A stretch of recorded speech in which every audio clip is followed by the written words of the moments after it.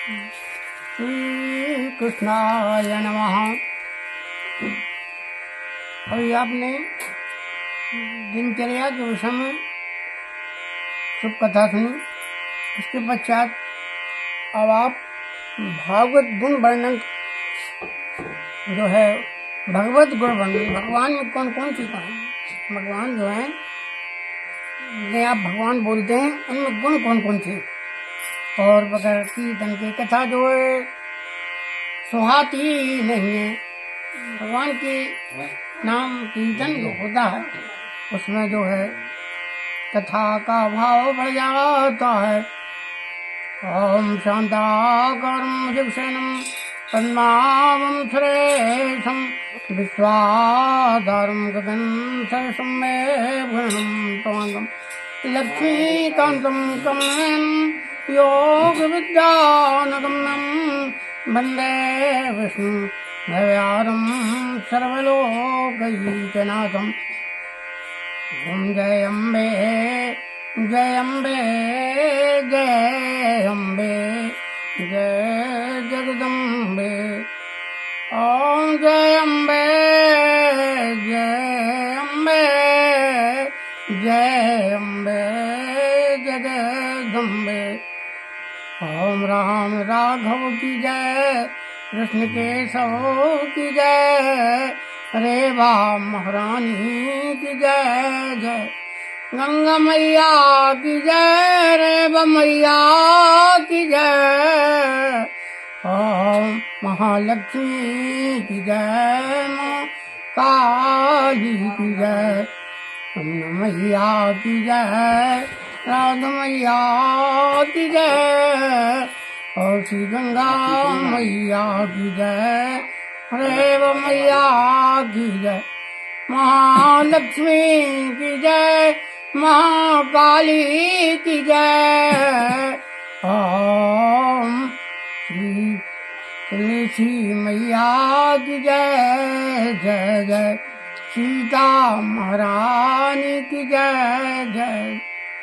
ओम शिवा दुलारी की जय जय जय। ओम कृष्ण बिहारी की जय जय जय। ओम श्री राम की जय, श्री कृष्ण की जय, श्री राधे की जय, श्री कृष्णा की जय। ओम कुंद बिहारी की जय जय जय। श्री कृष्ण मुरारी की जय जय जय। ओम श्री शंकर त्रिपुरारी की जय जय। श्री राधे की जय, श्री कृष्णा की जय, श्री गंगा की जय, श्री रेवा की जय। बोलिए श्री कृष्ण भगवान की जय। तो मानव धर्म में उच्च ही आइए करा दी। सुना तो बड़े नहीं जी, सुना कर रहा जब हम सुन का याद है। अच्छा, मानव धर्म में उच्च ही कथा सुधा में प्रिय। कथा को सुधा मैंने अमृत स्वरूप बताया। कथा जो अमृत में, कथा जो सुन लेता उसका तरण तारण हो जाता, संसार उतर जाता। इसकी कथा सुनना अनिवार्य। कि मार्ग है कल्याण का, हरि लीला का गीत। यह कल्याण का मार्ग है और यह हरि लीला का गीत है। इसे कथा मत कहो, भगवान का गीत है कथा। असे उसी का नाम लो, तज करे जग की लाज। ओहो तन मन धन सब त्याग दो, अपने प्रभु के काज। भगवान के काज, भगवान के प्रति तन मन और धन सबका त्याग कर देना चाहिए। बड़े बड़े राजा महाराजाओं ने चले सोचा ये तो संसार झूठा, ये सब यहीं के यहीं रह जाएगा। उन्होंने भगवान को ही सब कुछ समझा, भगवान में ही मन लगा दिया।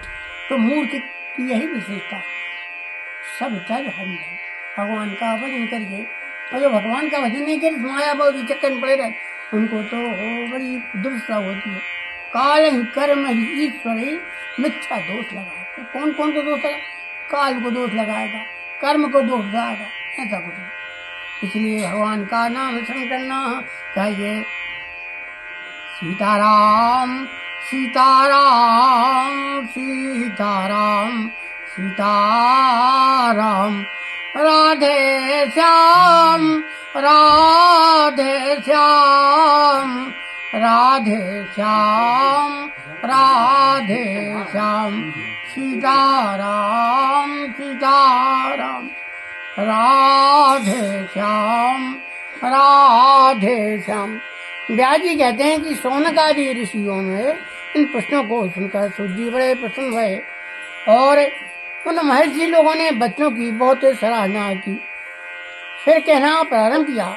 वहाँ पहले सूत जी को सुखदेव जी को प्रणाम किया, सुखदेव जी को प्रणाम किया और जन्मते ही जो सुखदेव जी सब काम को छोड़कर एक गोपवीत के बिना ही सब मोहजाल को त्याग कर अकेले चले। उस समय व्यास जी मोह से उसके पीछे पीछे दौड़े। वो कहा कि हे पुत्र खड़ा रहे।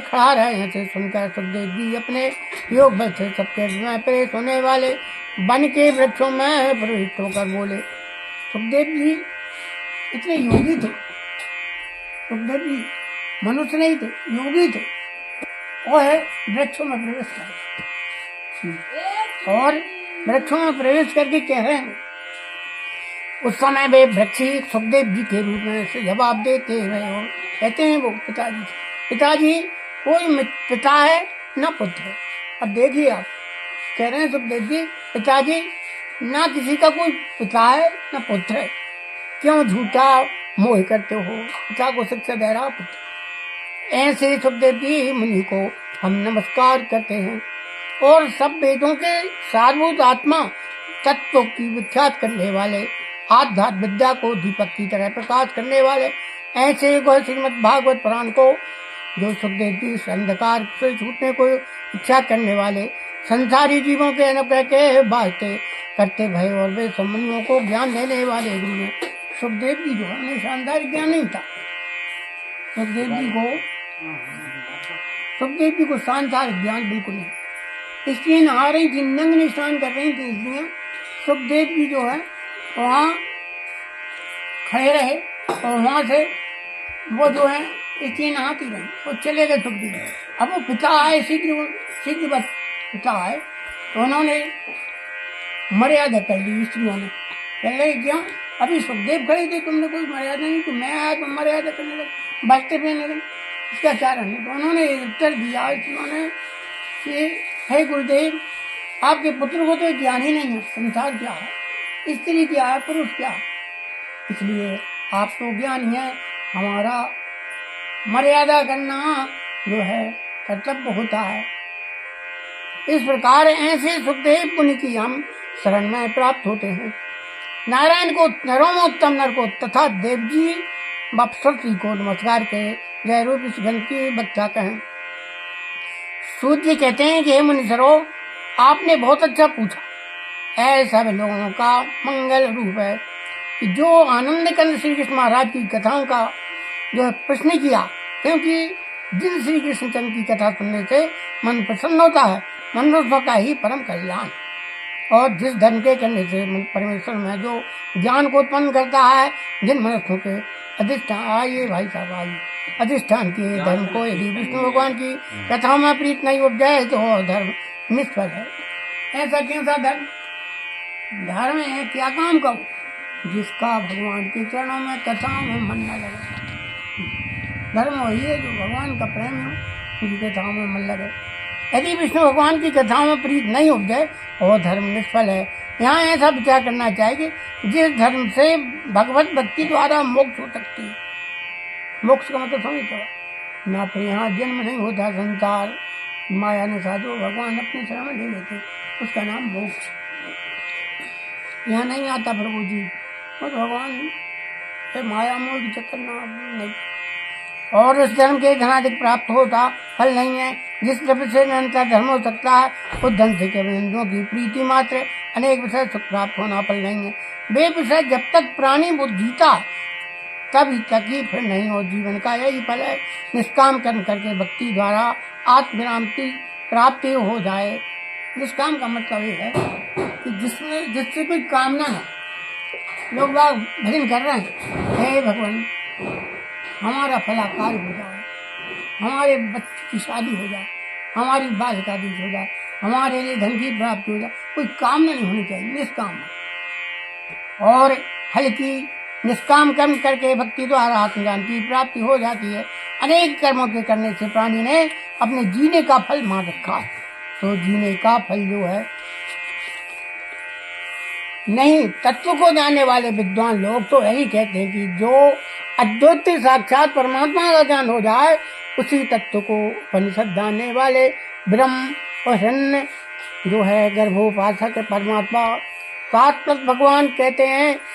तो इस परमात्मा तत्व को श्रद्धा वाले मुनीश्वर ज्ञान वैराग्य से मिली हुई की वेदांत आदि शास्त्र के सुनने से प्राप्त हुई निष्काम भक्ति से अपने में ही आत्मा को पहचान लेते हैं। जो ज्ञानी पुरुष है वो आत्मज्ञान पहचान लेते। कहा है कि ईश्वर अंश जीव अविनाशी, ईश्वर अंश जीव अविनाशी और सहज अमल सुख है। जो है अमल है मतलब शुद्ध है, सहज है और सुख की राशि आत्म तत्व से कहते हैं। अपने में ही आत्मा को पहचान लेते है ईश्वर हो। इसलिए समर्थों ने जो अपना वर्णाश्रम में कहा हुआ जप तप पूजा पाठ आदि धर्म किया उसकी शुद्धि है जानी कि जिससे परमेश्वर प्रसन्न हो जाए। हम इसलिए करें उस कर्म को तो भगवान प्रसन्न हो जाए। इसलिए एकाग्र मन करके भक्तों के स्वामी भगवान श्याम सुंदरी सुनने योग्य कीर्तन गो सदा ध्यान करने योग्य है। जिस परमेश्वर के ध्यान तलवार से विवेकी जनकर्म रूपी गांठ का काट देते हैं। जिस परमेश्वर की कथा में कौन मनुष्य रुचि नहीं रखे आने तभी सज्जन पुरुष शरीर को भक्ति करते हैं। परंतु हे ऋषीश्वरों ऐ बात है कि सुनने की इच्छा करने वाले श्रद्धावान पुरुषों को वासुदेव भगवान के धाम में ऋषि बहुत से तीर्थों की तथा बड़े बड़े महात्माओं की सेवा करने से होती है। अनुभव तीर्थ जाते हैं, महात्माओं की कथा सुनते हैं।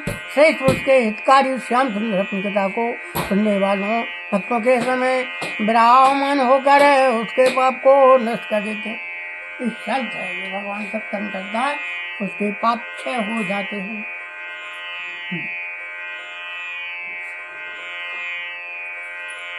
ईश्वरंश जीव अविनाशी चेतन अमल सहज सुख। चेतन है जो शुद्ध है सुख की राशि है ईश्वर तत्व। तो भगवान शिव स्वामी कहते हैं पार्वती जी से उमा कहूँ मैं अनुभव अपना और सत हरि भजन जगत सप सपना। पार्वती जी से कह रहे हैं भगवान शंकर हे उमा एक बात पे ध्यान दो, अपना अनुभव कह रहा हूँ मैं तुमसे। ये संसार जो है स्वप्न बच है। जैसे सपना होता है ना, सपने में अपन बहुत सी चीजें देखे सपना आ जाता और झूठा, ऐसे ये संसार जो है स्वप्न बच है, संसार झूठा। तो फिर कहते हैं भगवान शिव पार्वती उमा सुनहु ते लोग अभागी हरि तज हो विषय अनुरागी। हे उमा जी और लोग अभागी अच्छे भाग्य नहीं उनके दुर्भाग्य तो हरि तज हो विषय अनुराग। भगवान का भजन तो त्याग दिया